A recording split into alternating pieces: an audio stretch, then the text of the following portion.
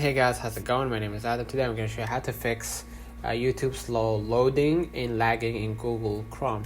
So if you're like me, using Google Chrome or Brave, which is similar to Google Chrome, go ahead right here and click the Brave or Google Chrome protection or ad blocker, and you're going to be able right here to see that there is an ad blocking the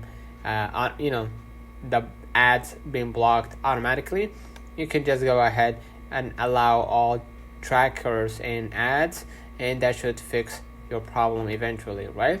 If it didn't, make sure that your Google Chrome is fully updated to the latest version, because sometimes if there is a new version, you need to actually see and re-download it again. Alright, so that's one of the comments of this video. Hope to you. Don't forget to like and subscribe, and thank you for watching.